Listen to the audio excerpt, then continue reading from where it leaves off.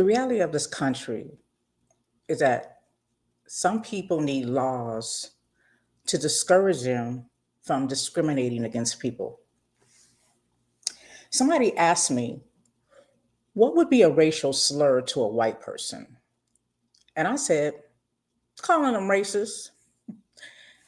They can do, say, and act in a racist manner, but God forbid you call them this. The former Vice President Harris couldn't even admit that America is a racist country because that would have been her immediate demise in the presidential race.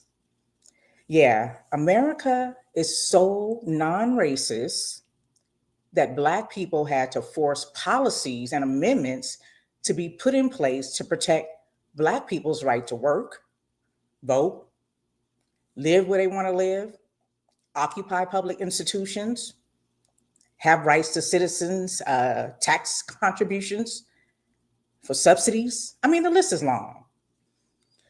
And now we are watching all of these laws that helped to prevent racism and discrimination be removed.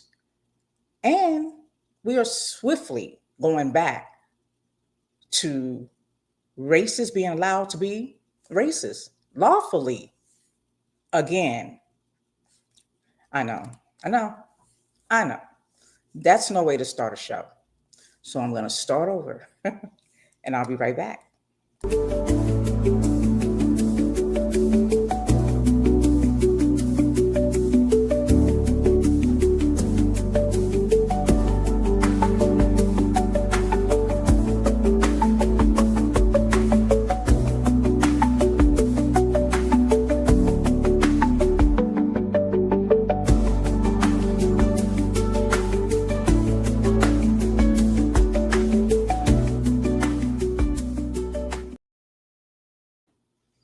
Well, hello, and welcome to In Your Ear Radio. I am your host, Latoya. So very happy to be with you on this fine, cool Saturday. I don't know, y'all know how this weather be in the spring. What they call it, bipolar. It's 65 degrees in Las Vegas. So I'm back in my boots. No complaints here, okay? You can put on a little light sweater. You want to wear a hoodie. You can probably mix the hoodies with the shorts if you want.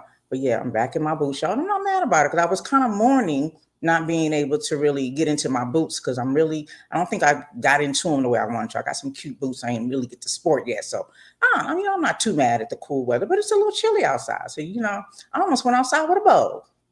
Get it? Joe doesn't follow me. But yeah, how y'all doing out there? And how y'all 401ks doing? I know some people don't want to laugh about that because it's not funny. But unfortunately, that's where we're living, right? That's the climate we're in.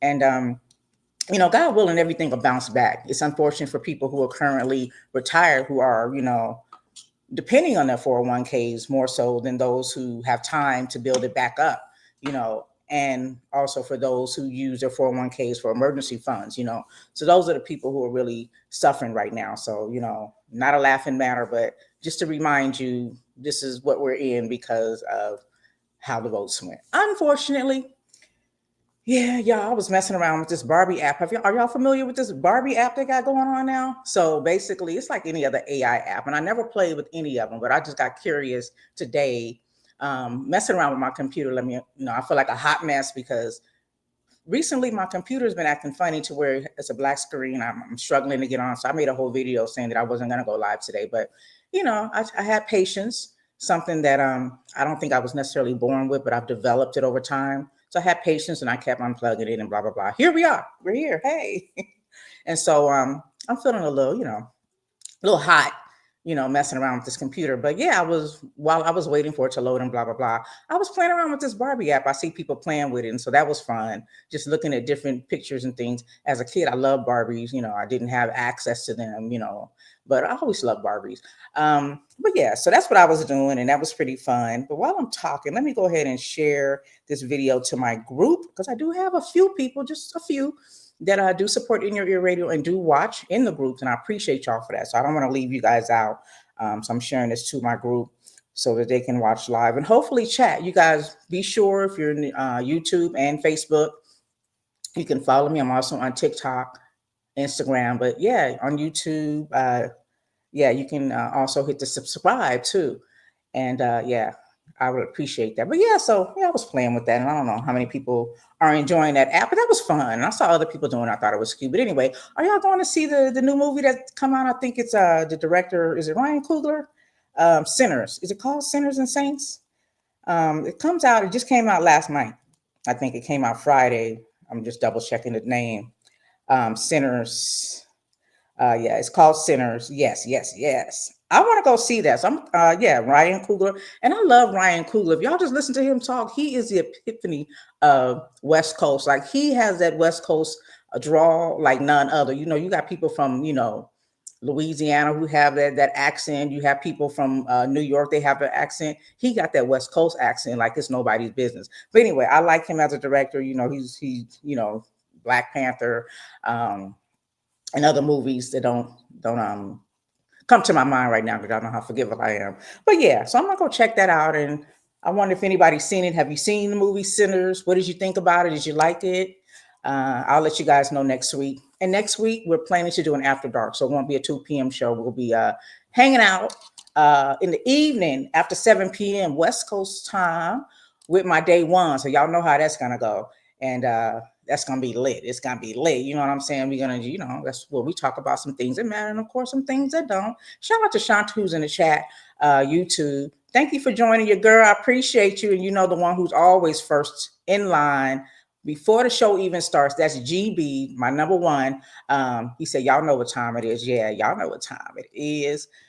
I have gonna go to a book club. We've just finished another book, The Keepers of the House. Has anybody read it? By Shirley Ann Grah. Yeah, we read that. Yeah, yeah. It's supposed to be like historical fiction about a woman who has kids with a white man during the 1800s, I think it is. That tells you how much I know about this book. I listened to it on audio and child anyway. Yeah, when I go, I'm going to ask them to give me a recap, which is usually me giving recaps on books. I just couldn't get into it and really follow it, and I needed to go back and listen again, and I just didn't have time the way, my work schedule was set up and everything else I had going on. So, but anyway, The Keepers of the House, y'all might be interested in. Just so you know, if you don't know, you can actually listen to free for audiobooks for free if you have a library card, and that's free. So in your community, wherever you are, here in the United States, just go get a library card, and that way you can check out books for free. That newspapers, you can access computers. I mean, you have access to everything and there's no charge. But again, you can download audiobooks. They have a Libby and I want to say a Hoopla app you can use to listen to some of your favorite books for free. Yeah, so child, anybody traveling? Yeah, the Libby app. The Libby app. Thank you, Shanta. So yeah, I'm hearing the CDC, which we don't hear much about in the news. And I will admit that I don't really follow a lot of the cable news. So, correct me if I'm wrong, but you don't hear a lot of information. We don't have any updates about the bird flu.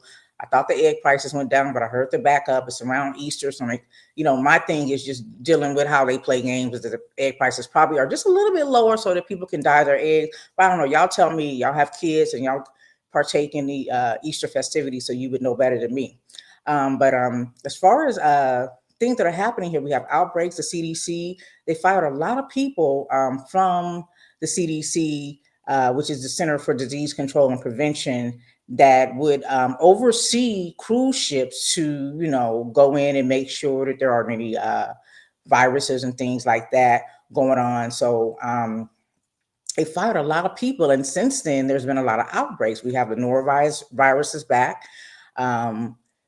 We have just recently in Miami, there was a cruise ship that there was, I think, 100 people or more that got the norovirus. If you guys aren't familiar with what that is, it's something that causes diarrhea. Your symptoms, they come on quick. You get sick and you get diarrhea, vomiting, nausea, stomach pain. You get fever, headache, or body aches.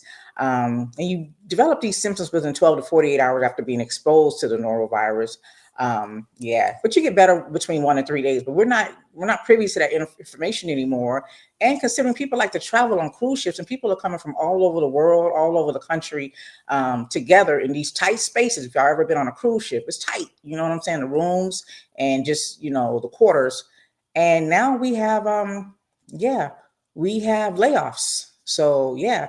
And I know Joy Ann Reed posted about this on her page, talking about the layoffs. Um, And let me just read what she had to say about it, just giving more information on what's happening, basically with everything that's going on. Because again, we're not getting this information, right? So it said all full-time employees in the Centers for Disease Control and Prevention vessel sanitation program were laid off this week, even as a cruise ship was even as a cruise ship was arrived in Miami with another norovirus outbreak among passengers and the crew. The CDC employees whose jobs were cut were responsible for inspecting ships for sanitation, monitoring, tracking, and assisting with gastrointestinal outbreaks on the cruise ships.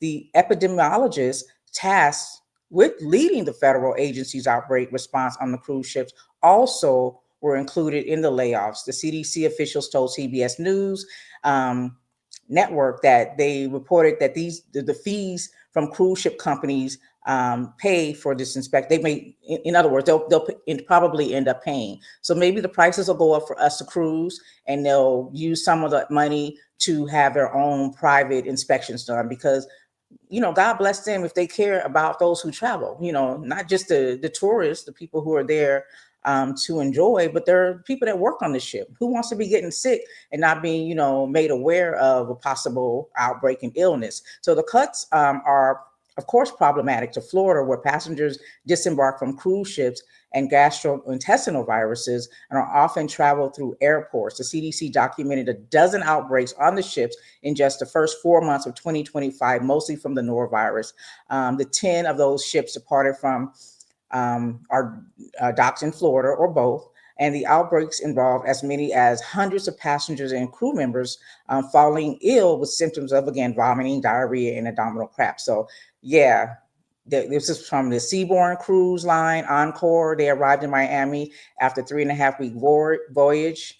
They hosted 800 people, and yeah, they had a lot of complaints of illness. This is information we're not knowing. I'm already feeling the way about traveling anyway, abroad. Like I'm not really feeling good about going through customs, for example. But just some, cruise ships, that was one of my issues during the pandemic and afterwards. It took me a while to get comfortable with the idea of being on a cruise ship, because to me it is tight quarters. So yeah, it's crazy. It's really, really crazy, you guys. So that's just a heads up. During all of this, there's been recalls in Florida. I mean, in New Orleans on oysters that ended in February, but there was an outbreak with that. So there's things that are going on that we don't know of, isn't being brought to our attention, that we need to know about. Another thing that we should make ourselves aware of is a maternal health week that ended yesterday, the 17th of April, started April 11th. And that's important for us to know, because this affects a lot of Black women, people in the community who, suffer a lot because of not having proper care. And so bringing recognition to, the Black maternal health in the U.S. is very important. Shout out to Shanta, who's adding to the conversation in regards to the norovirus. And she said epidemiologists are disease investigators, and they are the reason we know about infectious diseases and how to protect ourselves. So why would this current administration be firing them? Okay, it just doesn't make sense, does it? It's just weird. And they say it's in the name of cutbacks, but the amount of cutbacks that they're making are not going to make a significant dent in what people are learning. I'm sorry, what people are saving as far as the administration is concerned. But speaking of this maternal health week, and just bringing light to that so people understand, because we had, the issue with, people having issues with abortion rights and things of that nature, just thinking people just wanting to discard their fetuses and embryos. More so, people have to have these procedures because their uteruses can't hold a baby, can't hold a fetus or an embryo. So, they're in some states are prohibiting that altogether. Like, they want you to die along with your baby, because the baby's going to go in some cases, unfortunately. But the Black maternal health in the U.S., there's a study that says overall maternity mortality rate is already the highest amongst wealthy nations here in the United States. For Black women, it was an alarming 50.3% in 2023. That's over 2.5 times the national average and nearly 3.5 times the rate of white women. Okay, so their maternal uh, health rate is at 14.5% compared to Black women. So, worsening maternal health outcomes reflect the longstanding public health crisis in the US, with multiple factors including structural racism, bias and discriminatory treatment from providers, limited access to quality care, and broader health inequities that can lead to complications during pregnancy, driving disparities. Think about Serena, the tennis player, you know, that girl, that girl. She remembered her first child, when she was after delivering her baby or during the process of delivering her baby. She was telling him she wasn't feeling very well, and I forgot what condition she had, but she could have bled to death. She had a blood clot, and she could have died. But they were trying to brush it off, and she was telling them, no, something's not right.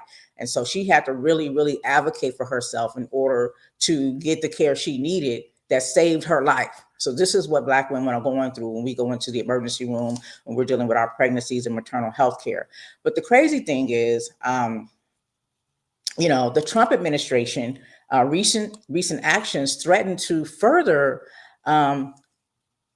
just make this issue even more of an issue. As part of these attacks on diversity, equity, and inclusion, DEI, the administration has removed maternal health data from the government websites and placed staff overseeing vital maternal health research on indefinite administration leave. What? This stuff don't even make any sense. The administration is harmful. The administration's harmful anti-DEI rhetoric also threatens the provision of patient-centered, culturally congruent care, such as a midwifey care, which has been shown to improve maternal health outcomes for marginalized group. So, I mean, they're taking away everything that matters to humans. Yeah, I don't understand how people actually voted to support this person. I don't see anything. I don't see anything. Yes, and Shanta asked that we need support doulas and midwives, indeed. And there is a difference between a doula and a midwife, which is very important to know because midwives have more of a medical understanding, background per se, and doulas are there for spiritual and emotional support. So you want to have both. You definitely want to have a midwife, someone who understands the whole delivery process and what is needed during delivery, because things can happen even if you decide to have your baby at home. You may have to have an emergency surgery, which in that case midwives cannot do, but at least they have enough information, expertise to be able to guide you through the delivery. And a doula is there for emotional support, not necessarily medical support and delivery. But yes, they're very, very important, very important. And that's why we need Black doctors, because they understand the struggle. It's very important. Yeah, and community members. I have a family member who's also just got certified as a doula, and that's right up her alley because she is definitely a people person. She might be watching now. She can shout herself out, but she's definitely a people person, and she loves her community. So I'm happy to see someone like her in that position. I don't know if I can do it. When people be in pain, I'll be in pain. We'll both be laid out like I don't know if I can be that much of an encouragement. But think about, back in the day when we didn't have hospitals, especially Black women, we had to have our babies in whatever shed we were in on the plantation. And the women were doulas, right? The women were midwives and doulas, and they made it happen. So we know what to do. We got this down, and we're still doing it. So shout out to all of the doulas out there. Shout out to all of the midwives out there and everyone who supports, trying to get women through a healthy and successful delivery, for the baby and the mother. Shout out to them. So on this day, today, it is the 19th. I don't know why I keep thinking it's the 18th, but it is the 19th, which is the last day of Mardi Gras, which is called Fat Tuesday. Kind of weird because today isn't Tuesday, but it's called the final day of Carnival or Fat Tuesday. And it falls on the day before the beginning of Lent, which is on Ash Wednesday. I'm confused. But basically, it's supposed to be the day before Easter starts, which would be tomorrow, which is the day that they say that Jesus rose. Okay, so maybe I got my information wrong. Yeah, but they're ending this now. if I'm not mistaken. Today is the last day. It's to turn up. And Fat Tuesday comes from the term. It refers to, you just gluttony, basically consuming a lot of rich fatty foods like red meat, and just turning all the way up. When you think about what Easter represents historically, it's kind of like consuming a lot of, yeah. Somebody want to say it for me?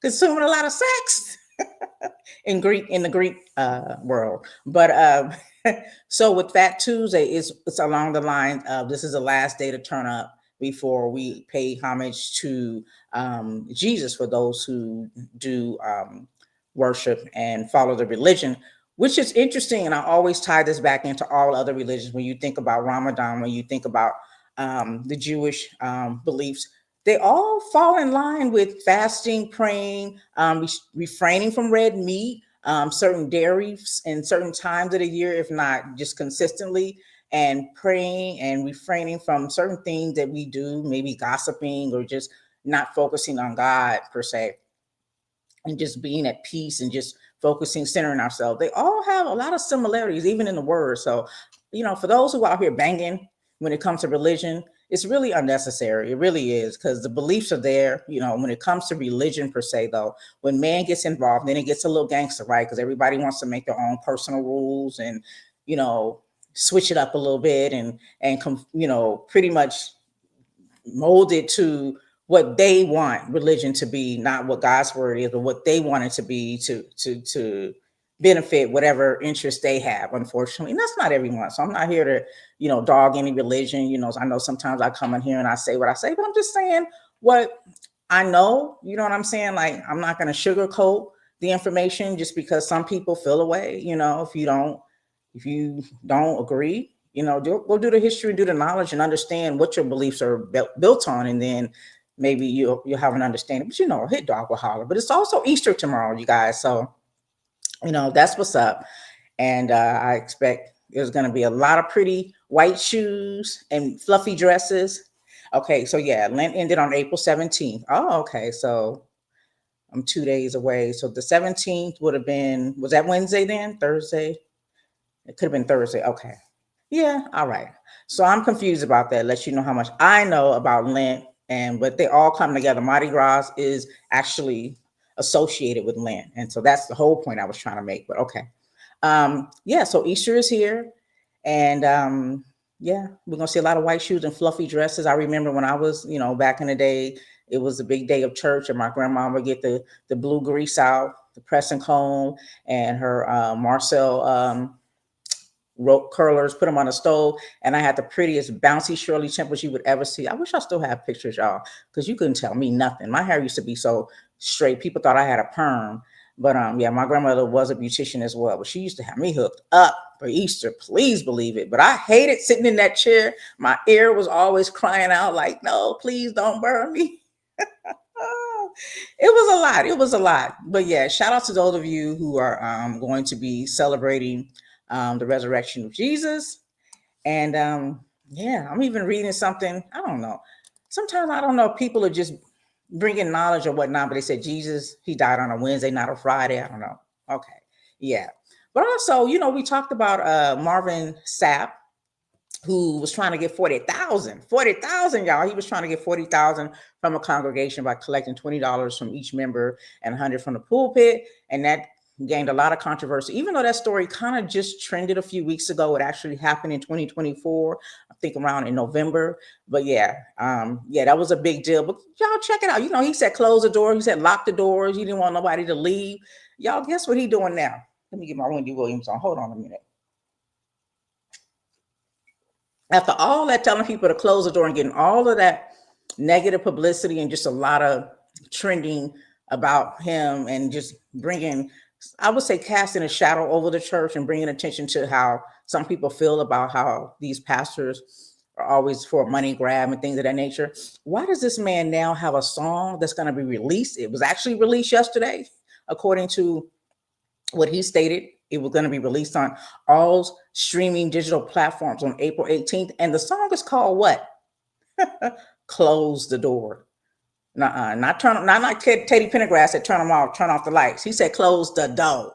Oh my god, are y'all serious? So I don't know. Is it free? Are the proceeds going to a charity of your choice, a religion institution of your choice, or you still trying to collect that? What was it? What I say? 40,000. 40,000. You still trying to collect that 40? So anyway, he has a song called "Close the Door" that was released yesterday. I haven't heard it. If you have, let me know what you think. Yeah, that's weird. Very weird. So yeah, he said he's releasing it on Good Friday, the day we honor the crucifixion of Jesus Christ. He added that just like he closed the door on death, speaking of Jesus, hell, and the grave, I'm closing the door on the noise, the pain, and everything that tried to break me. Okay. And you opening your wallet too, right? To some money, money. My girls on my DC trip know what I say when I say money. But anyways, yeah, so wow, just wow. Okay. So yeah, that's what's happening. What we got? February, April 19th and April 20th. That's what's going on. We know also April 20th, we might be embarking on martial law. We don't know yet, but it's a lot of drama. My take is I don't think it's going to happen, but you just the way things are happening here, we're not even 100 days in. Okay, we'll literally be 90 days in tomorrow with this new so-called presidency. Dictatorship is what it really is turning into in real life. Not a joke, not being funny about it, y'all. If y'all paying attention, it's really really going down. So we'll see tomorrow what happens, when you wake up and get the cold out your eyes and go scrolling social media. You'll be able to know what's really going on. So tomorrow is Sunday. So maybe they'll wait till Monday. I don't know. But anyways, so 420, some people are gonna be high, some people are gonna be low, kneeling and praising the Lord, and some people are going to be running for cover, possibly, God forbid, because of martial law. We'll see. We'll see. But actually, on this day, I don't know how y'all feel about old fella, but it's actually Suge's Knight's birthday today. Y'all happy about that? Listen, I know he's controversial. He's controversial, but today is his birthday. He was born April 19th. For those who may not know, he was a record executive, former UNLV football player, NFL player for the LA Rams. Also the co-founder and former CEO of Death Row Records. So, also he has a history of bullying. I remember watching a reality TV show with Michelle A, who she said she dated him, and there was some abuse in the relationship. He's been known to be, have some abuse in his business affairs as well, allegedly, reportedly. Being gang affiliated and things of that nature. But Michelle A did, say that there was some issues with domestic violence in the relationship.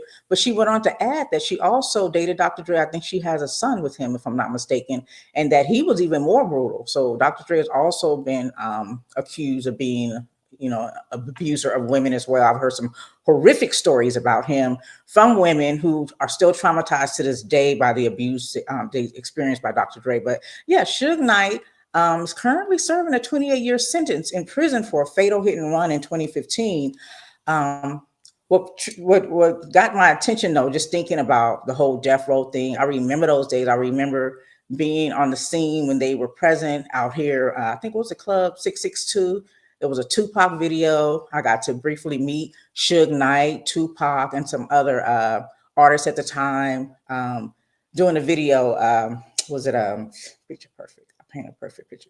It was Gangsta Party. I want to say Gangsta Party, and it was fun. I got to see Tupac in his in his raw self, just being himself. So who y'all saw on these on these videos, that's his energy. That was his energy. But there's a TikTok challenge going on now. One of my cousins sent it to me, and it's crazy because we as adults, as we get older, we start turning into these old farts like in my day, and we didn't have music like that. We take it back to the 70s where men were trying to court women and woo them, and it wasn't disrespectful, you know what I'm saying? But then there was this era, and I always associate this to the drug and gang era, where the music kind of changed, and we kind of got tricked into certain vibes with them bringing in the old 70s music, but using lyrics that didn't go with the flow of what the 70s singers were doing. And for the particular song, this TikTok challenge, it was for It Ain't No Fun If the Homies Can't Have None. So what they're doing is the women in particular are telling their now teenage kids that back in the day this was my jam. And so the kids are sitting around and they're listening, and so you hear the lyrics, when I met you last night, baby, before you opened up your gap. And then if y'all know the rest of it, because it's very explicit, it's porn level, talking about licking and sucking and blah blah blah, you can see the kids face change, like, oh, clutching their pearls and like, oh my gosh, you know what I'm saying? And so I was just amazed. I just forget that our kids don't listen to what we listen to. Like some of these old school artists, they're not even familiar with, which is funny to me. And so I'm always amazed at how they're just like, oh my God, what is this? So so there is an actual TikTok challenge where the parents are, women in particular, from what I've seen, are playing this song, starting with that hook, when I met you last night, before you opened up your gap. I had respect for you, lady. Now I take it all back. And they're going into the song, and you can see these kids' face like, oh my God, this is what you like. And we all bobbed our head to it, women and men. Like it really, really happened. And it's just funny because, again, we wag our fingers at the Sexy Reds and the Nicki Minaj and Meg Thee Stallions, post Lil Kim. That wasn't my thing then. But then these, it was some songs we just let them get away with saying things because we wasn't the hit dog. So we didn't holler, right? But there were people during that time that were our elders who were fighting, literally trying to legislate music because they didn't like hearing women being called the B word and how they were just, demeaning. And if you listen to that song, you would think that Snoop, Nate Dogg, well, he was just singing the hook, but he was in it too. He wrote a song by I Like the Hit. He did it. He had a melody going, disrespecting women, in my opinion. Warren G and Corrupt, you would think they didn't like women. You would think that they had a hatred towards women if you really listen to the content, because they had nothing positive to say, even though we know they were speaking to a certain demographic, maybe groupies or women who were just loose. But if they loose, then you loose. Because if y'all loose together, write a song about how disrespectful you are, how, talk about yourself. How you gonna be mad at a woman who gave you what you wanted? That's how I look at it. Like, she pleasures you. You obviously, that's what you wanted, the licking and the sucking and all the things that you say in these songs. But then you talking about her like, yeah, you ain't, she's naive. Like, shout out to Lil Scrappy. You talking about her like that, but you was there too. So, I mean, it should be like, I want to thank you. You know what I'm saying? It should be like a Frankie Beverly melody, I think. Anyway, y'all. But anyway, so it was interesting just to see that look. This song came out in 1993, and it was produced by Dr. Dre. But the history of it is Daz Dillinger and Warren G actually brought it to Dre. They brought the beat to Dre, but Dre just took it to a whole nother level. And that's according to Warren G. And so Warren G gave some more background information talking about how the song came about. And he said we had a lot of women, and that was with it too. And they was with it. So that's how they were like, okay, the women was even saying, that's the thing. No, for real. Everybody loose together. How you gonna be mad at somebody? You talking about what she did to you? You obviously liked it. Why would you go and stick your anatomy somewhere where you're not really, that's not your thing? Obviously, that's what you wanted. You wanted to be pleasure. Thank the lady. Tip her something. You ain't gotta write a whole nasty song about her to my house. She's a hoe, and ain't no fun if I don't know. But that's just my take. Like, do you? I'm not judging you, but don't have your fun and then act like you wasn't there. Like she was just there. You participated. That's why you have a song about it. That's why you can explain what had happened. But back to this song, just the history of it, because there was a lot of stuff going on back in the day in the 90s when it came to hip hop. Right nowadays, it's more so people are trying to, the youngsters doing rap now, they're trying to emulate, they're trying to make what was really seriously, truly happening in that time period a thing. Like, it was a beef, West Coast, East Coast beef. Like, there was a time when the East Coast didn't respect the West Coast. So when the Dog Pound came out, they had to give us our respect. They had to put some respect on the West Coast name. You know what I'm saying? So there was that beef, just saying that our content wasn't up to par. Because remember, when you think about Islam and the 5%ers and all of the people who had knowledge of self per se, that was born, the birthplace of that, along with hip hop, was on the East Coast. So they had a level of arrogance and entitlement and just, judgment on the West Coast. But you know what I'm saying? You had to put some respect on our name because we came with it. You know what I'm saying? And so there was real beefs going on. You got these kids nowadays, they creating beefs. Like, they create a beef so that they can make a song about it, like the hit. You know what I'm saying? So it was a different thing. It was a real thing back then. Now it's fabricated, it's made up. It's like a whole reality TV thing where they create a drama, but in real life, people die. It's not a thing. Back then, when hip hop artists died, you got Tupac and Biggie. That was traumatic and dramatic, and oh Lord, you know what I'm saying? We didn't expect it to come to this. You know, the rappers before then was like, nah, we ain't do this. We rapped about love and just what was going on. I heard somebody say talking about drugs because now, you know, they use this example. They said back in the day, in my time, basically in the 80s and 90s, the rappers rapped about drugs. Nowadays, they no, they rapped about selling drugs. Nowadays, the rappers rap about using drugs. So imagine that. It's one thing to sell it, and I'm not applauding that or think that it's good, but your ass wasn't on them. Now that your ass is on them, like what's happening? I don't understand what you're saying now when you rapping. But I just thought about that analogy. You know, back in the day, we rapped about selling drugs, and then you know the irony of it. You know, and we have to give some accountability to our generation, right? We have to give some accountability. Even when we talk about the gang and the fighting, the East Coast West Coast beef. You know, because as I always say, is whether our youth will admit it or not, they are looking for leaders. And it doesn't necessarily mean that they're looking for good leaders. They're just looking for someone to lead them. And so they were looking to us to lead. And that's what they saw. They saw the violence in the rap community. They saw the drug selling. They saw the misogyny, the way that they disrespected women and just people in general. And they evolved off top of that. You know what I'm saying? And it became something else, just like evolution does. It doesn't stay what it was. It evolves into something else, not necessarily better, or not necessarily worse. In my opinion, I think it became worse. Shout out to GB, who's in the chat in YouTube. He said, I think the lyrics come from a place of she knew what it was, just like a fling. You know, she just want a ring. Yeah, because when I was growing up, the girls who got the guys gave up the goods. You know what I'm saying? So it might not have been necessarily that, you know, they wanted to give up the goods or that was something they was with, but that's how they got the guy. So now I'm giving up the goods. They want the guy, and the guy's like, nah, you gave it up too quick. Oh, nah, you giving it up to everybody. Well, I'm trying to get somebody to lock it down. Then you have the lady over here who not giving up the goods, and guys are just, you know, walking past. You know what I'm saying? And eventually, you know, they say the good girl finishes last or whatever. But you got to remember that just like men do certain things to attract women, women do certain things to attract men. And I'm not saying, or, you know, saying it's okay to have whole behavior, but y'all both hoes is what I'm saying. If you sleeping with multiple women and letting them do these multiple things to you, and y'all both there, y'all were both there. So make the song about you too. Like how you exclude yourself from being a hoe and just talking about her like she's nothing. But I get it.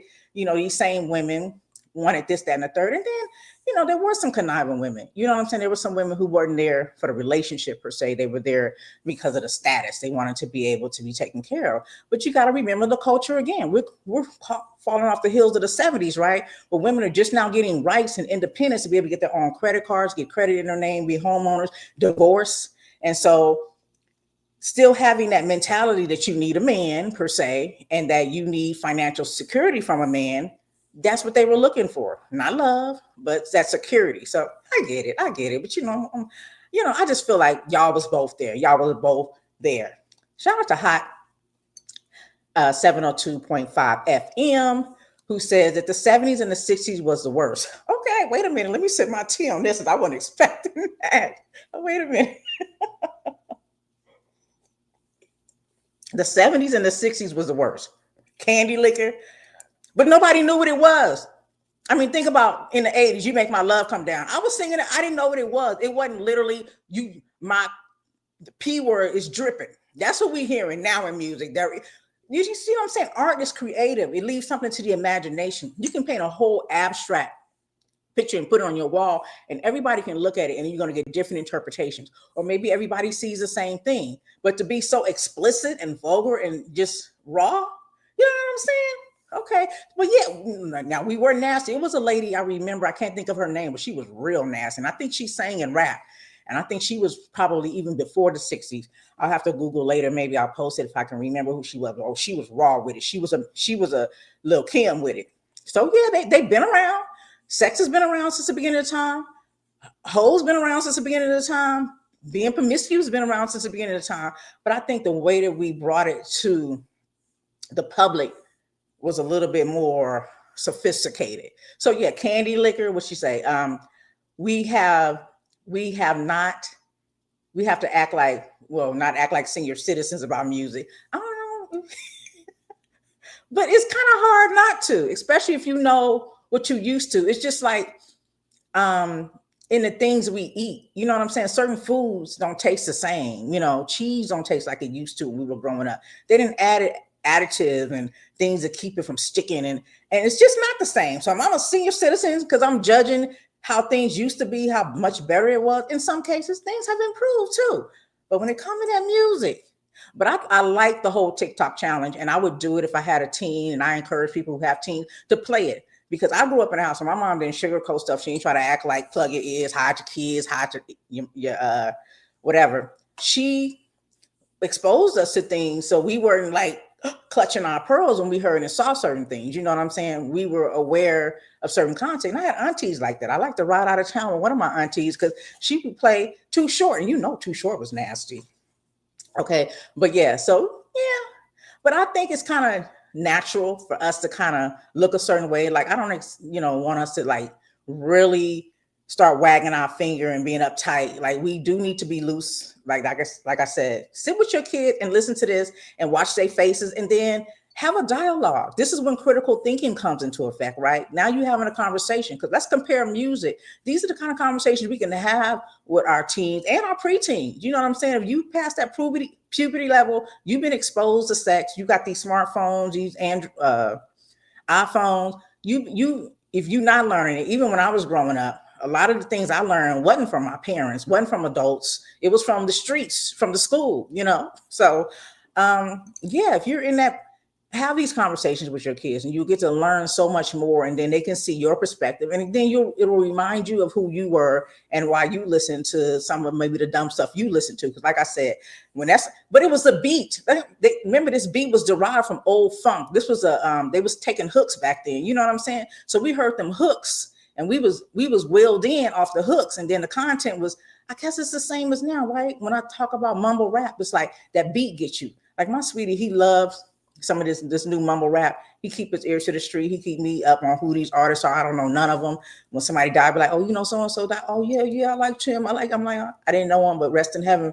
But so it's the hook that ties us in, that gets us in. It's the same thing. But the difference to me is back then when we had that good music, the hook got us in, but what kept us and we were getting it was something going on in our brains. It was giving us instructions on how to court, how to woo a woman, or how to, talk to a man.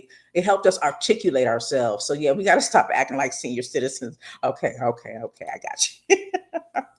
So yeah, so just going back to this whole song, Suge Knight, Warren G said that, Dr. Dre brought it to a next level. But then in 2013, Suge Knight, he went on an interview with Rolling Stone, and he said the song was created by a member of the Mad Swan Bloods, and that all of them dudes already had a record done, and they came and played it for us in the studio. So they played the demo, and everybody looked at it like, yeah, all right. And then after they left, he said, shit, everybody was chopping that same beat. So later on, kind of like, to me, what Suge Knight did in 2013 is the podcast energy we have with a lot of the old heads right now, senior citizens, 702.5 want to call us.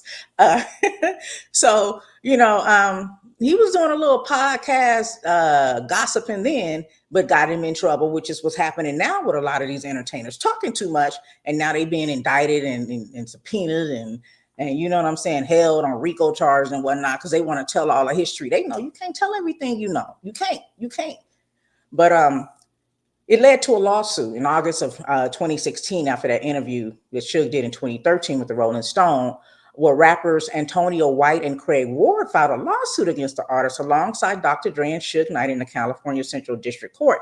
And they claimed copyright infringement and fraud. And so according to the White and Ward, they wrote an earlier version of Ain't No Fun, which the chorus of the song originally appeared, in which was intended to appear on the album Volume 1, Out to Get a Grip. So I guess that was their thing. I'm not familiar with these guys. I know somebody in the chat is, but that was their album, Out to Get a Grip. I'll never know if it was released or not. But furthermore, the lawsuit stated that Suge Knight admitted to stealing the song from them in an aforementioned interview, again, with the Rolling Stones. Sound like the podcast interview we got out here now? You know, the more things change, the more things stay the same. They say history don't repeat itself in rhymes. Yeah, you see what I'm saying? So, but the verses of both of the songs are concerned. Both of the verses of the songs are concerned with homies relaxing one night. This is what they're describing the song to be about. Those who are sued them. He said, getting high and having a dialogue addressed to a female who previously had sex with the speaker, followed by suggesting an elaborate scenario that the female would be sexually shared among the homies, described in a partly humorous, partly derisive tone. So again, it ain't no fun if the homies can't have none, whatever. As long as they all consenting adults, that's fine. But don't be mad afterwards. You didn't have your fun, and now she all these derogatory names. Back to my point, yeah.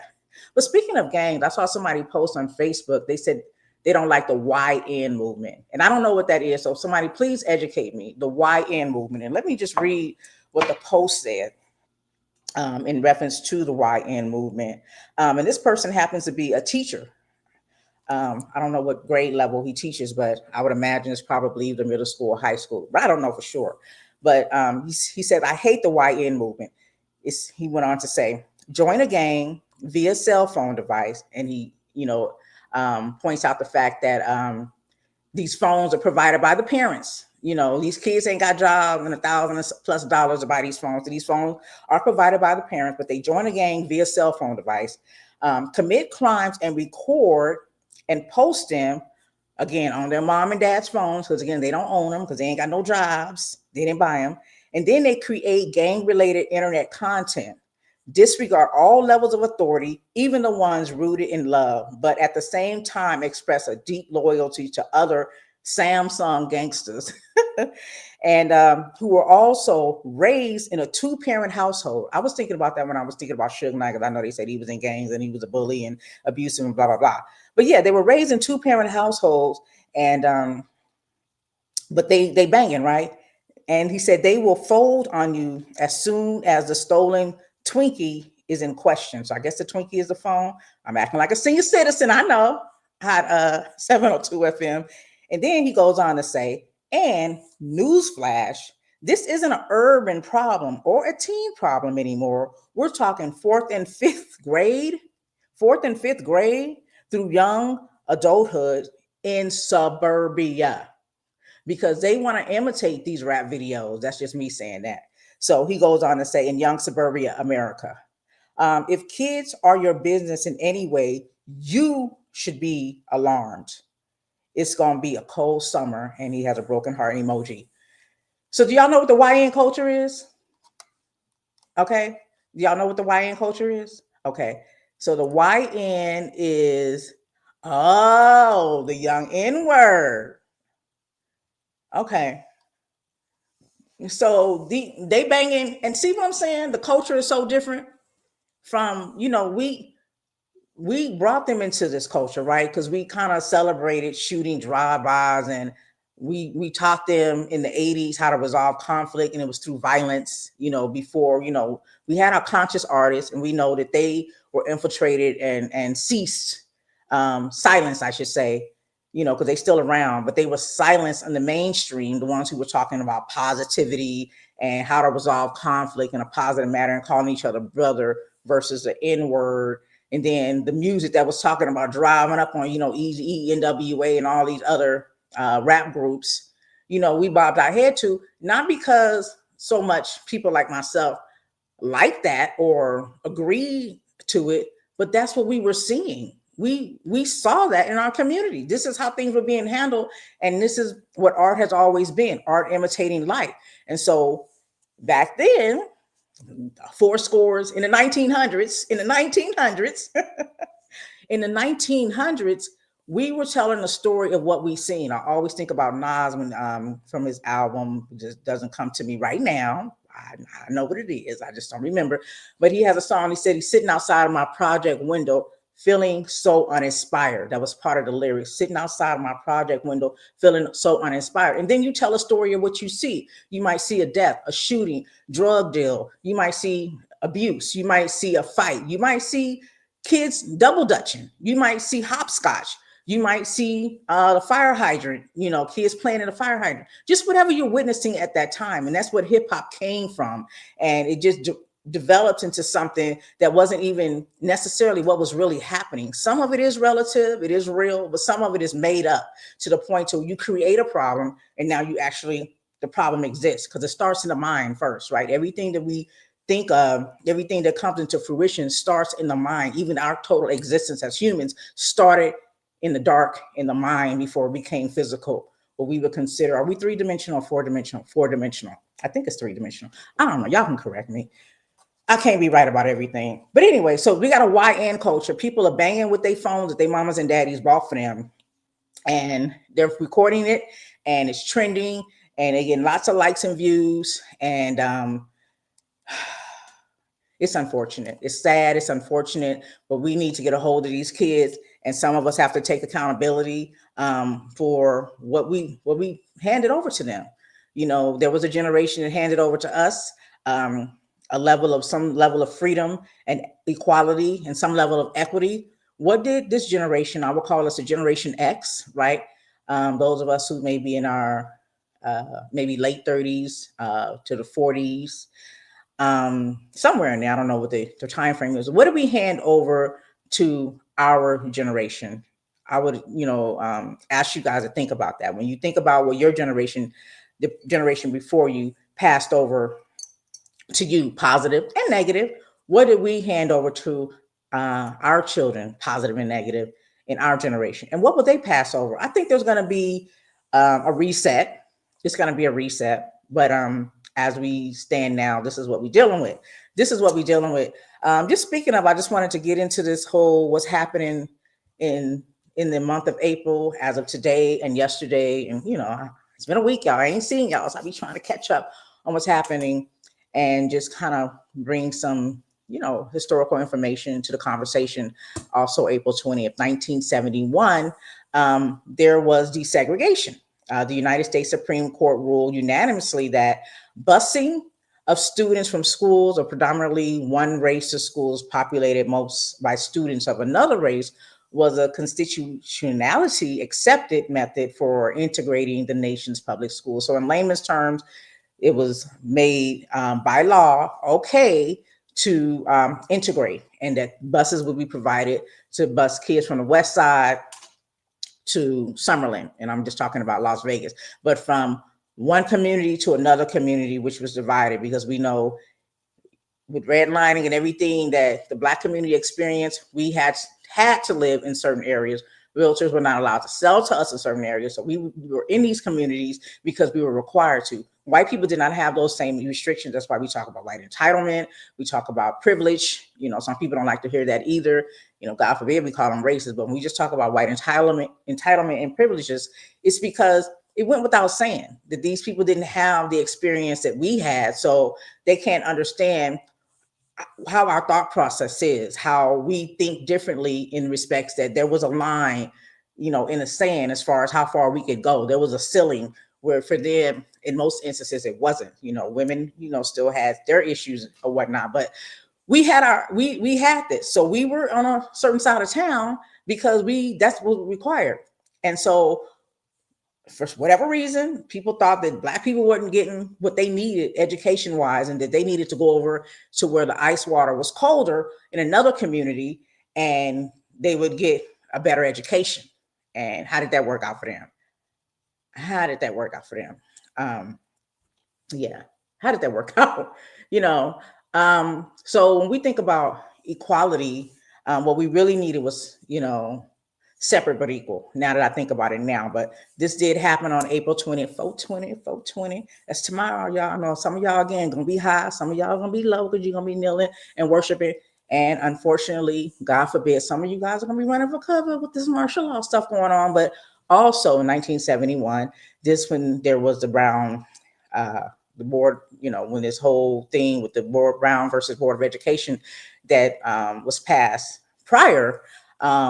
that prohibited racial segregation allowed for all the busing and things of that nature. And I think about it now, considering where I live was when I went to high school, I lived in Northtown, but I was bused to the east side, which probably would consider more the white area. The school was nicer, cleaner, newer. It was a new school compared to the school right up the street, or not too far, or closer to where I was bused to, Rancho High School, for example, which was rough. It was hard out there for a pimp at Rancho. My mom didn't want me to go there for sure.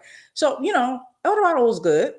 Um, that happened. And so, a lot of people did argue that this wasn't a good look because it put a burden on the black children. You saw the photos of what these white men and women were spitting on these kids that were integrating these schools and throwing rocks at them and just treating them bad. And the teachers couldn't really, didn't want to teach them. And some of those teachers who had good hearts and spirits and energies who came from heaven instead of hell would teach these kids privately after class, and so that they could actually learn. But what did we learn?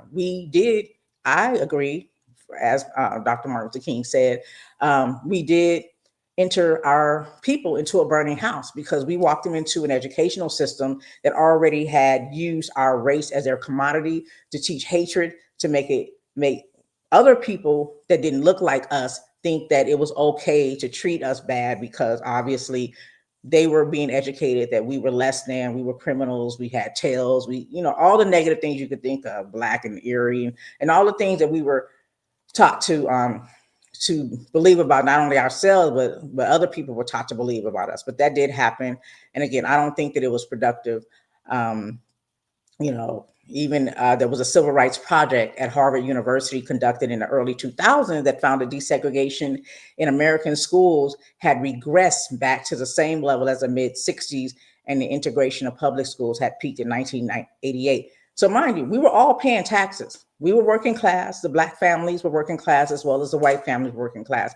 Our tax dollars should have been allocated to our community so that we had access to whatever it is we needed. And then we should have been able to be part of the educational system, part of the school board, to develop curriculums that benefit the education of our kids, because those students in the black community who had black male and women teachers, thrive. You think about HBCUs, a lot of doctors come out of HBCUs, a lot of scientists, people who judges, a lot of significant people, influential people who can make change with their education came through these education systems. And most of these people in HBCUs, these teachers, professors, or whatnot, they look like them. So it makes a difference. But so, yeah, it took us back, and the white and black segregation between schools within large school districts increased about 35%.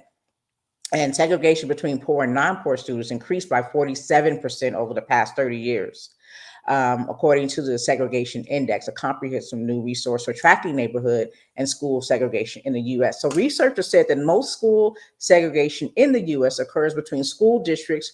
In other words, students are unevenly enrolled across school districts by race, ethnicity, or economic status. For example, Los Angeles Unified School District, is called LAUSD, is 74% Latino and 11% white, while neighboring Beverly Hills Unified is only 9% Latino and 69% white. And then when this desegregation thing went down, you saw a lot of private schools opening by white people and naming them Christian schools. What Jesus do y'all serve again on this what do we call this day, the day before Easter? What Jesus do you so-called Christians serve? And it always brings me back to something I've said in other shows, is how you've been hoodwinked, bamboozled, ran amok, led astray. People used your Christianity on you, made you believe that whatever it is that they were proposing to you was based on the same beliefs that you had. And so you went with that. Yeah, abortion's wrong. Yeah, gay is wrong. Yeah, all of this. But really, it was just to keep their so-called white people wanting to be supreme in position of power. That's what it was all about. Was it successful? No, it wasn't successful. Not for us. It's been to our demise. So some people look at what's happening now, or just dismantling of the educational system, as a good look and a time for us to recalibrate and build our own curriculums, our own schools. But we can't falls short of the fact that our money is still being allocated. So they're pulling these things away from us, um, but they're not giving us our money back. We're not getting refunds. So you can't just end education and then keep our money. That, it's more to it. Um, so I see, I'm just looking in the chat. Yeah. Yeah, it's different conversations going on, but I'll let them have their conversations. But so, was it effective? Do you guys think it was effective to desegregate the schools, to bus kids from one side of town to the other? Was it beneficial? Um, yeah, I can't say that it has been. And just to touch on a little bit, we know, if you haven't been following information about Harvard, you have this new administration trying to bully Harvard, trying to, by telling them they're going to take away any subsidies they're getting from tax dollars from the government, if they don't roll back their DEI programs, basically get rid of all the black folks, or somebody said ninjas, young, okay, so the YN is young ninjas. Okay, I got it. Okay, I'm reading two things. But anyways, so yeah, so you have that. Harvard is saying hell to the no, no, no. And they're in a position to do that because they get millions, if not billions, of money outside of what the government can provide for them. So they don't need it. But just think about that. There are other schools that have the same, or at least close to, they're in a position to where they don't need subsidies from the government, but use it as an excuse to roll back diversity, equity, and inclusion program. So yeah. Also, you guys, on April 20th, in 1871, the Third Enforcement Act was enacted. So if you guys aren't familiar with that act was designed to give the president greater powers to suppress the actions of terrorist organizations such as the Ku Klux Klan, as they attempted to stop attacks from voting. In some instances, the racist groups used armed force to drive out integrated governments in several southern cities. Under the act, the president could declare such activities rebellion against the government and employ federal troops to restore order. How's that working out for us? How's that working out for us? Are they using this act? Are they implementing it? They didn't use it on January 6th. As a matter of fact, y'all know y'all's president on day one pardon all of the January Sixers. Okay, that's what had happened. So, for those of you who may not know, the KKK, also known as the Ku Klux Klan, which emerged at the end of the U.S. Civil War in December of 1865, was persecuted, terrorized. They terrorized, and they killed thousands of African Americans and members of ethnic groups throughout its history. Again, that's the end of the Civil War in 1865, which Black folks freed themselves. Okay, so once they were free, came this terrorist militia, a domestic terrorist organization who sought out to intimidate them and not allow them to be free as they had won.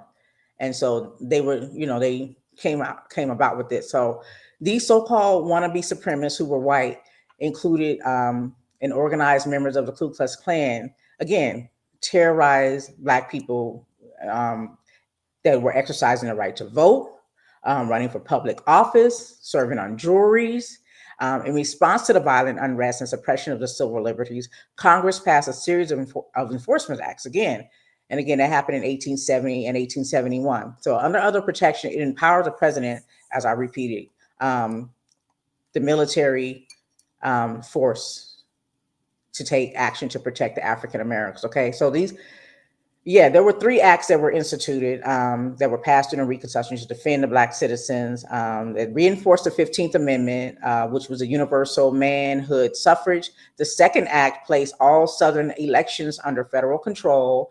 And the third protected the voter registration and justice system from the infiltration of intimidation of the Klansmen. The same thing we're experiencing right now.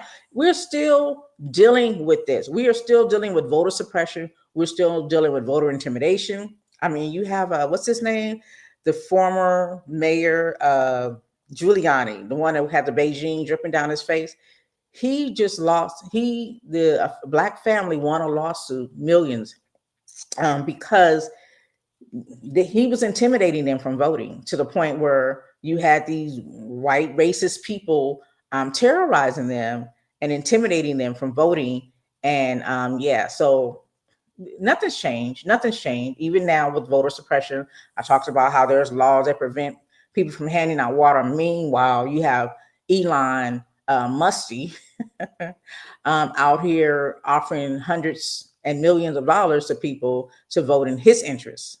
So this is what we up against. This is what we up against. And again, I just want to thank you guys all that are in the chat, sharing your thoughts and opinions, and continue on in Facebook and YouTube. I appreciate you for it.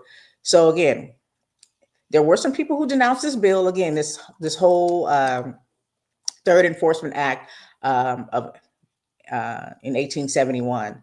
There were some people who opposed it, obviously. They said it was unconstitutional. Does that sound familiar? When you see DEI being rolled back, y'all's president is saying it's unconstitutional, it's discrimination against white people. The hell? Y'all create laws to oppress other people, black people in particular, people of color in particular, non-whites, whatever white means to you. Because what does white mean? Can I determine where you're from based on you calling yourself white, except that your skin is white? I can say that. But yeah, you hear y'all's president saying that now. So opponents denounce this bill and call it an unconstitutional attack on the state governments and individual liberties. Individual liberties, to say that you cannot intimidate someone who is free from their right to vote, their right to live as a free man. Are you kidding me right now? But, I asked the question when I was talking about this, has any of this taken effect? Because we think about, Black Wall Street, where the military was used in the opposite way, where Black people were being terrorized after a man was accused of raping a woman on an elevator. You know how long an elevator ride? Like I said, we got some men out there, but an elevator don't even ride that long. You know what I'm saying? I'm not talking about, we had no New York tall buildings back then. You know what I'm saying? It was probably a 10-second ride. But anyway, it was a false claim. And with all of that was enough to provoke a bunch of white men to go over into a Black community where they had their own airplanes, doctors, libraries, institutions, everything they needed. Didn't even have to be bothered with these Black folks, even though some did work in the community. But they mind their business, they drank their water, and they stayed moisturized. They went over there, and with the help of the U.S. military, burned down Tulsa. So we've seen the military act in protection and in defense of the white people, but did they ever use the military to defend and for the protection of the Black community? There was a lawsuit, and I'm just saying a lawsuit, I didn't say military, under the Klan Act during Reconstruction, where federal troops rather than state militias were used to enforce the law. The Klansmen were prosecuted in federal court, again, prosecuted. I ain't hear about no bombs, no planes, no trains, no fires, no lynchings.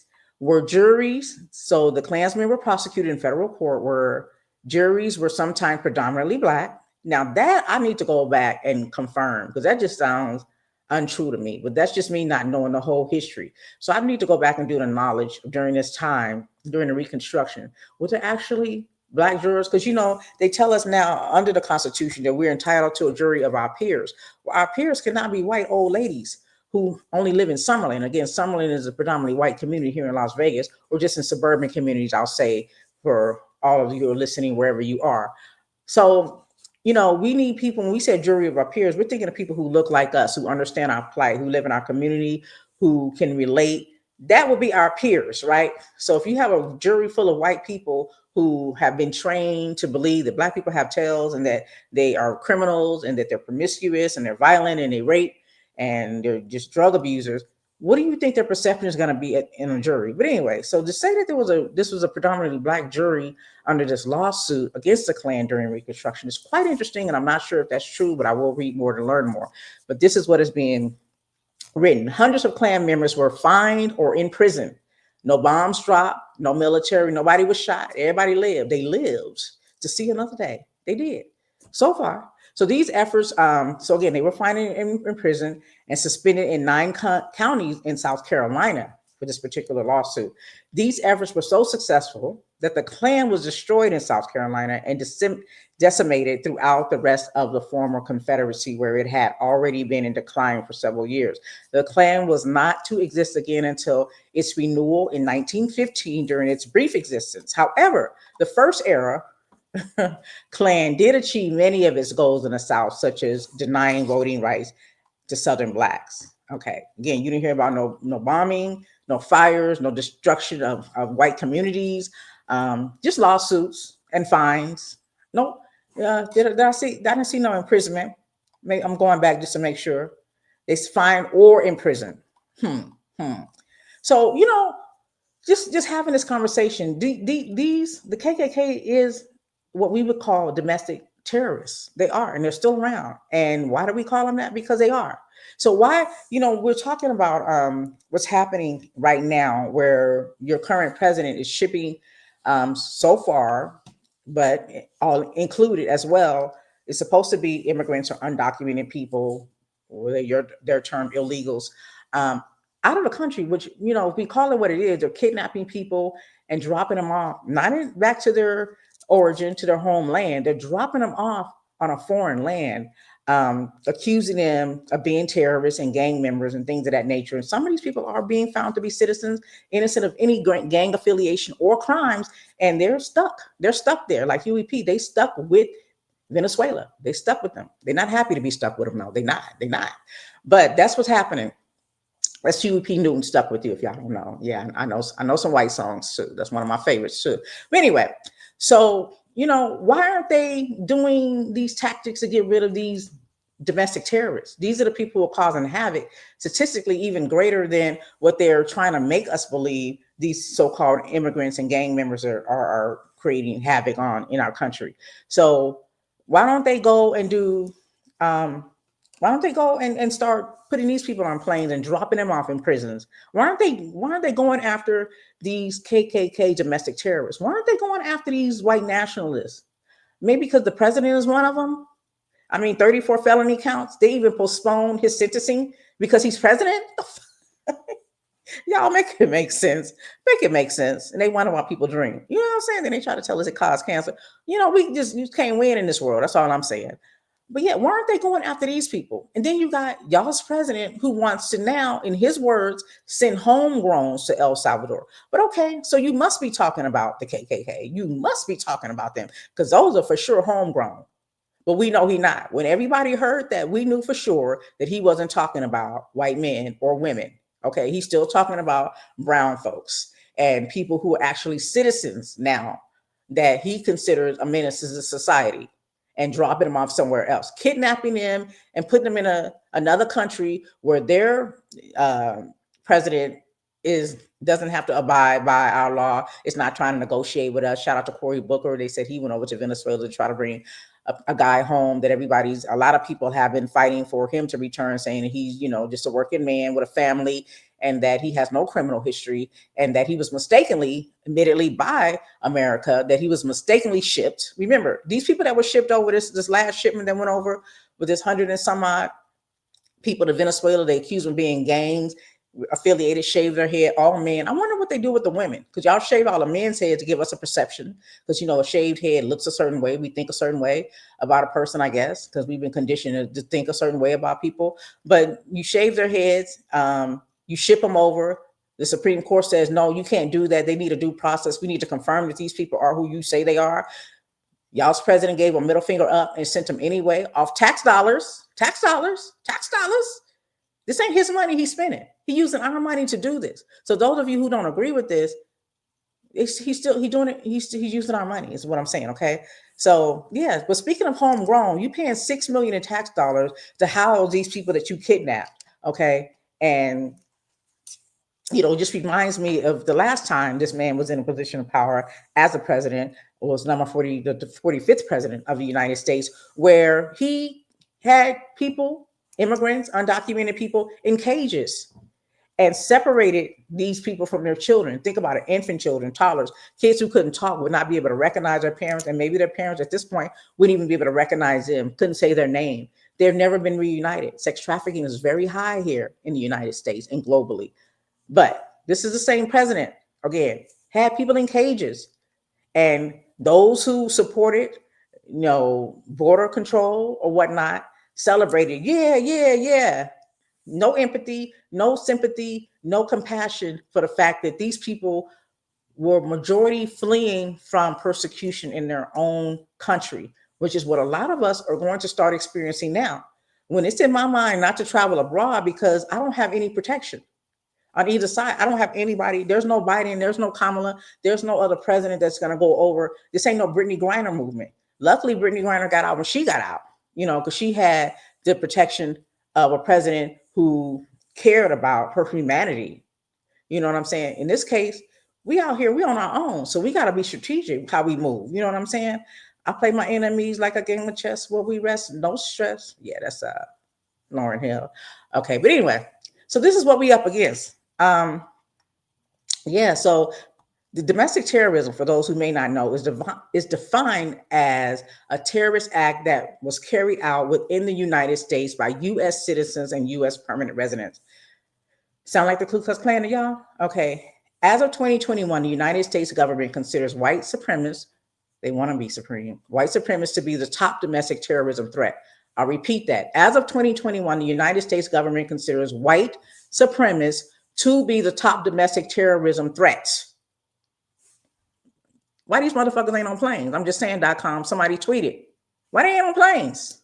Why they ain't on trains? You know what I'm saying? Get them there if you can.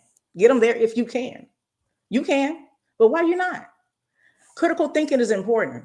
Critical thinking is very important because what's going on now, y'all, the Federal Bureau of Investigation, that's the FBI, defines domestic terrorism as violent criminal acts which are committed by individuals and or groups in order to further ideological goals stemming from domestic influences such as those of political, religious, social, racial, or environmental nature. Did that sound like the Ku Klux Klan to y'all? Did that sound like these white nationalists to y'all? Did that sound like y'all's 34 felony count president to y'all? Did that sound like Elon Musk to y'all? Did that sound like a lot of people that you've seen on TV and on the news that are in positions of power? Why are they playing in our face, y'all? So the Federal Bureau of Investigation, again, the FBI, tracks these cases, which it defines as investigations and disruptions, again, consistent with this investigation mission. The Department of Homeland Security, that's the DHS, they collaborate, they work together to follow domestic terrorism, because we're talking about domestic terrorists, not who these people that they shipped to a whole nother country who they said were terrorists. They're not confirming that, calling out tattoos and whatever. But these two organizations, that's the FBI and the DHS, collaborate. So the Office of Intelligence and Analysis, that's IA, that's another organization, tracks incidents which it defines track attacks or plots. This is just domestic. And again, as I stated in 2021, they stated that the KKK is the top domestic terrorist. So I would imagine all of these tracks of attacks and plots are from them, right? So consistent with this definition of domestic terrorism, this is what they're tracking. Anything that's consistent with their definition of domestic terrorism. From fiscal year 2013 to 2021, the FBI's number of open domestic terrorism related cases grew by 357%, from 1,900 plus to over 9,000 plus. From calendar year 2010 to 2021, INA tracked a total of 231 domestic terrorism incidents with racially or ethnically, something like that, motivated violent extremists committing the most violent incidents during that time period. Okay, so again, why aren't y'all putting these people on planes and trains? Why are you not getting them there if you can? Why are you not sending them over there to these prisons and filling them up off our $6 million that you're paying, off the thousands that you're spending to fly these people? Why aren't you circumventing the Supreme Court to get them out of here? Because they are, messing it up for a lot of good, hardworking citizens here, people that look like me. Okay, the KKK, the top terrorist organization, domestic terrorist organization, as of 2021, per the FBI. Why aren't they on these planes? We need to be thinking about this. Why aren't the news talking about this though? Why aren't they talking about it? So the funny thing about this is, as I said, they collaborate. The FBI and the DHS, they collaborate to monitor these terrorism. But here's the issue, because I'm asking again, why aren't they on these planes trained? Why you ain't getting them there if you can? Well, the thing is, they're saying that they can't come to an agreement on how to combat it. They can't come to an agreement on how to combat the KKK. They can't come to an agreement. So they do nothing. I'm going to sip some tea on that. Like I said, meanwhile, ISIS kidnapping alleged gang members and alleged terrorists, some of which who are non-citizens and others non-citizens, and some who are, and again, without due process. And just to give you even a greater perspective on these KKK members, um, just you look at how influential they are and how destructive they've been. Again, they have more crime affiliation. They have more affiliation with terrorism than those they're accusing of, that haven't even, that are allegedly the ones they're just shipping out without due process. They have records, they have documentation, and these people aren't being handcuffed and being detained. These homegrowns aren't being handcuffed and they're not being detained. Okay.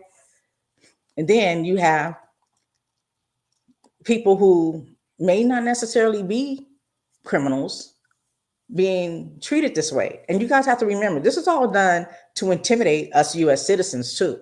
Those of us who were born here, those of us who are homegrown, good paying, hardworking citizens who just stand up against the injustices that are being bestowed upon us, if that's the right term.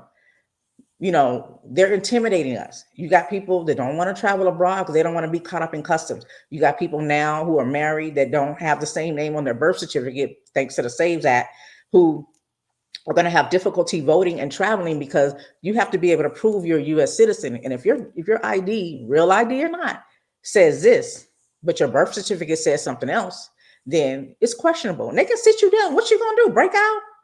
You understand? We're dealing with a communistic society. We're under a dictatorship, and it's like a soft lunch because some of y'all not really feeling what's really happening. But most of us, prior to the election results, we're trying to press the issue that this project 2025, they ain't missing a beat. Like I said, the 90th day is tomorrow.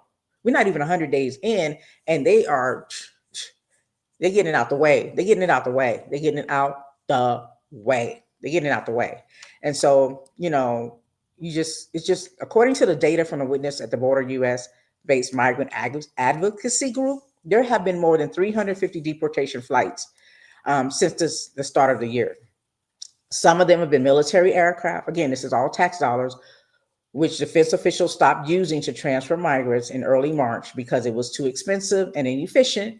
The Wall Street Journal reported this. According to ICE, the average per hour cost of a regular charter flight is $8,500, okay, and can be as high as nearly $27,000 for a special high-risk charter flight, depending on the aircraft requirements. So we know the one that I've been talking about was a notable deportation. This occurred March 15th when y'all's president invoked the 1798 Aliens Enemies Act to deport to El Salvador more than 200 alleged members of the Venezuelan Trinidad Aruba gang. So I don't know if I was saying they were being shipped to Venezuela. I feel like I did say that, but that's not what I meant. I meant to say Venezuelan. So if I did say that, I'm making a correction now. But they're being shipped, deported, or kidnapped, because the way immigration works here in the United States per policy, law, constitution is if you are detained and found to be here unlawfully and you're not wanted here and they want to get you out, they send you back to where you came from, not to another whole foreign land. You know what I'm saying? So that's not what they're doing. They're literally gaffling people up and just taking them where they want. They got to deal with this El Salvadorian president who was the shits and not sending anybody back. He like, make me do it. What y'all gonna do? What you gonna do? And the president, y'all's president, is with it and will keep dishing out money, our tax dollars, to keep these people over here. Meanwhile, it's people's families praying and crying. God forbid somebody that I love deeply was in this situation.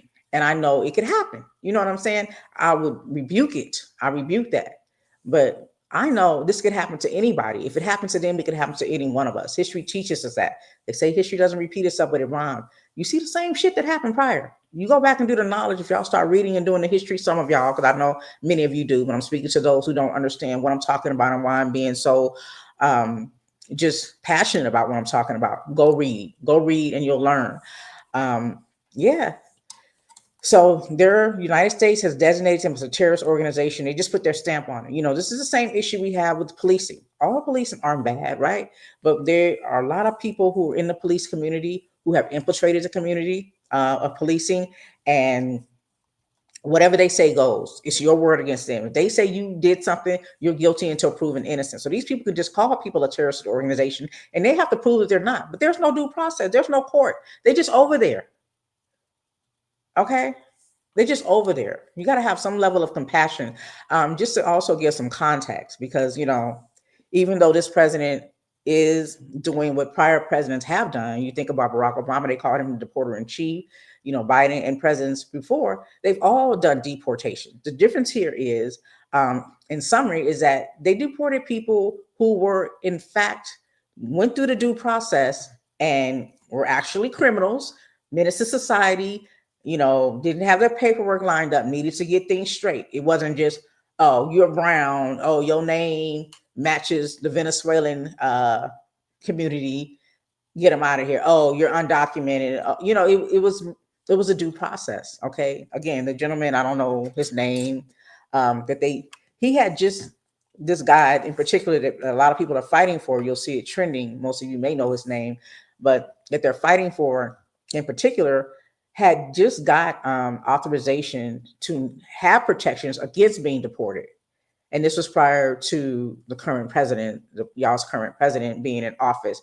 And even with those protections, he is not here. He's in El Salvador, fighting to come back at the mercy of that president who don't give a F, not a single solitary F, not a, okay, shout out to boss, rest in heaven. Okay, so just so you guys know, this, but deportation so far is not even as high under this current president. It's not even as high as expected. This is according to federal data. While the border crossings have plummeted, obviously people are scared to come here, even though they're running for asylum. They're scared to come here because the situation can be just as bad for them. So of course it's going to plummet. But I need you guys to also remember, keep in the back of your mind, before this man became president, there was a bill that passed the House and it actually passed the Senate. But a man who was not president at the time, who is currently president now, told the Senate not to sign that bill because he wanted to run on immigration. So there wasn't, what I'm hearing was a stiff immigration bill that, was, approved under a Democratic majority and had passed not just the House, but the Senate, and just needed signatures. But the Senate got bullied and stopped it. And this is another thing I need you guys to remember. A lot of those January 6 people that were part of this whole January 6, they were in the Senate and Congress. They were, remember the video, they were opening the doors and letting people in. These people knew the blueprint of the Capitol because people from the House and the Senate gave them the blueprint. These people that sit in these seats, that were elected into these seats, they were part of the January 6th insurrection, and they were not held accountable because these same people, I don't know how you get to vote for yourself. You commit a crime and you get to vote whether or not you're going to be punished. But this House and Senate voted not to go after them. And unfortunately, the president at the time, Joe Biden, did not crack down on holding them accountable and getting them out of office. So these people are still in these seats, most of them. And so they're happily pushing forward the agenda of y'all's current president and Project 2025 because they with this shit. This is what they want. And they've been allowed to do it. It wasn't stopped when it could have been stopped. And here we are still trying to stop it. And I think it's possible, but it's a lot tougher, as you see, because I don't know, everybody acting like they can't do anything about it.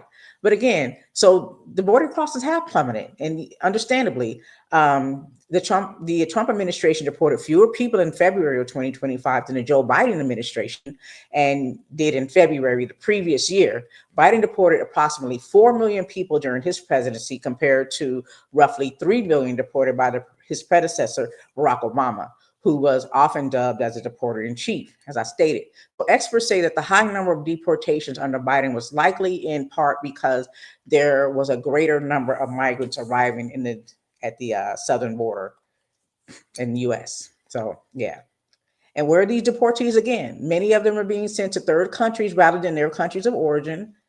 Central America, so-called Northern Triangle countries, El Salvador, Guatemala, Honduras, made up of more than half of the deportations in March. So they're being sent to foreign countries, you guys. They're being sent outside. And again, there were many lawsuits. We talked about, this act that was put into effect, 420, that would allow the president to have more control and hold people who were intimidating, citizens of the United States accountable. And so these January 6th was another way that these insurrectionists tried to intimidate. They tried to overthrow a decision that was made by the majority, the vote, and they tried to overthrow that. And so they're having lawsuits again. I can tell you about the NAACP. There were lawsuits from 2020 to 2022 against the Trump administration, Rudy Giuliani, the Proud Boys, and Oath Keepers.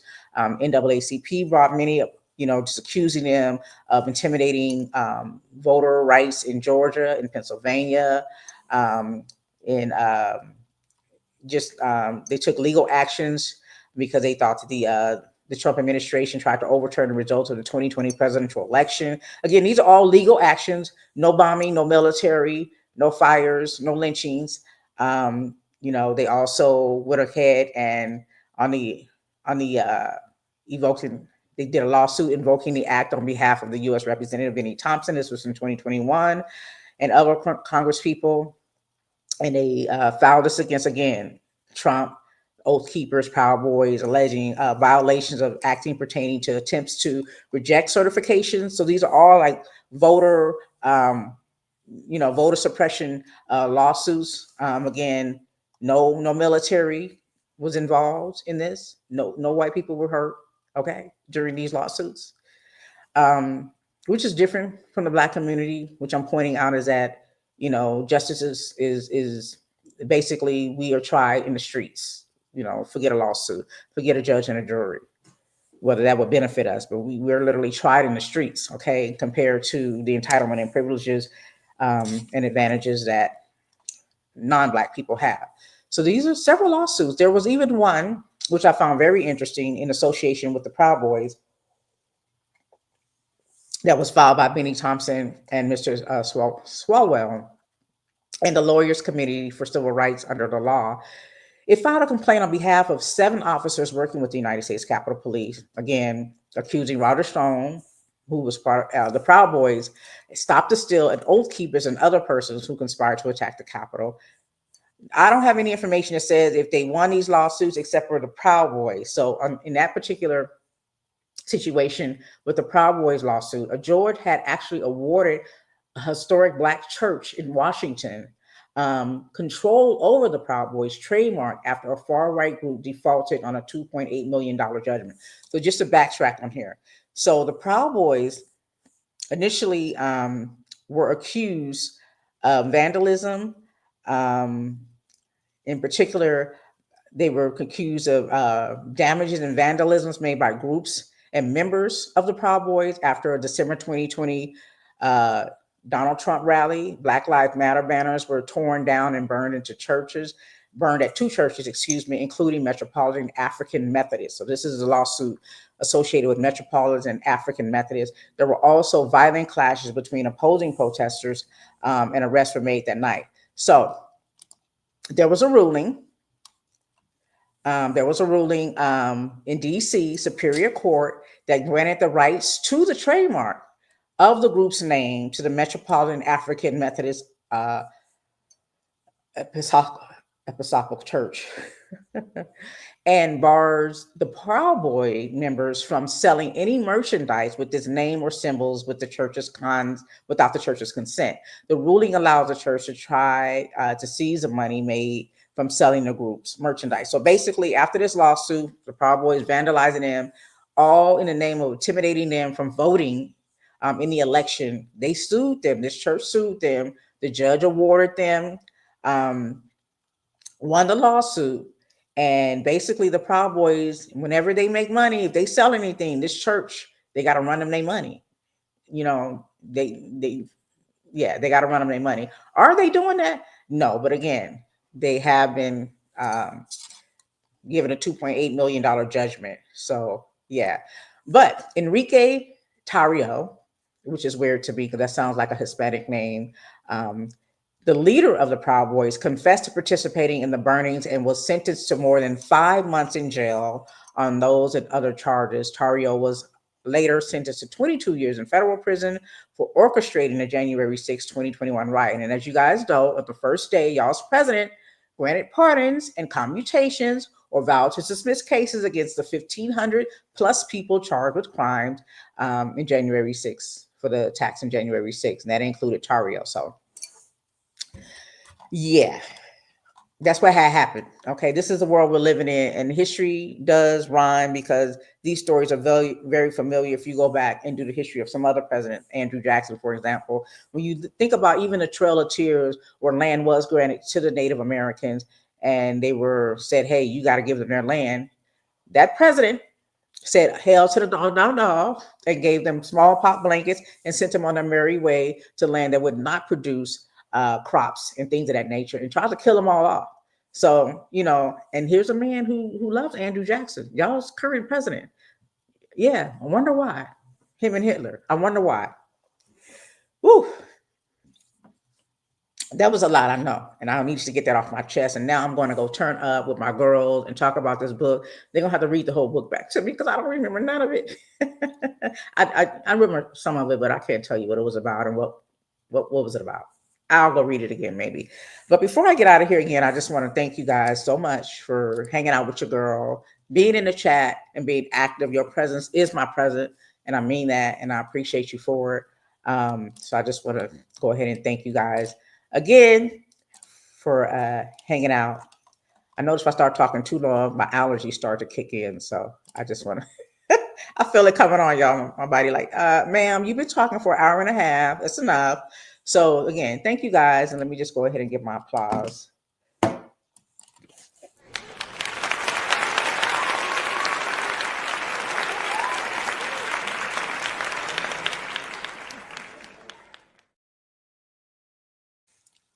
Thank you so much. I appreciate y'all. So let me make sure I got everybody in the track. Yeah. Yeah. Enrique Tarrio is Afro-Cuban. Right. And he part of the Proud Boys, which is a white so-called nationalist supremacist group and trying to oppress other people with the same skin tone as him. Because remember, race is just made up, it's a made-up construct based on the color of your skin. That part. Thank you so much. Thank you so much, Auntie, for adding to the conversation. GB Hot 702.5 FM. And all of you guys, even after the show ends and you're watching later, I know some of you do, don't be shy. Go ahead and add your comments. I do respond back to you guys. But as I always state, I like to leave you guys with a little levity. I feel like I left so many clips out just talking, but we got through it. But I want to leave you guys with a little levity before we get up out of here. So I'll do that. And then this is just talking about you only have two things to worry about in life. Okay, so you only have two things to worry about in life. And let me just play this clip for y'all. I'm gonna say the only two things in life that you worry about: whether you're healthy or whether you're sick. If you're healthy, you ain't got nothing to worry about. But if you're sick, you got two things to worry about: whether you're gonna get better, whether you're gonna get worse. You get better, you ain't got nothing to worry about. But if you get worse, you got two things to worry about: whether you're gonna live, whether you're gonna die. If you live, you ain't got nothing to worry about. But if you die, you got two things: whether you're going to heaven, whether you're going to hell. If you go to heaven,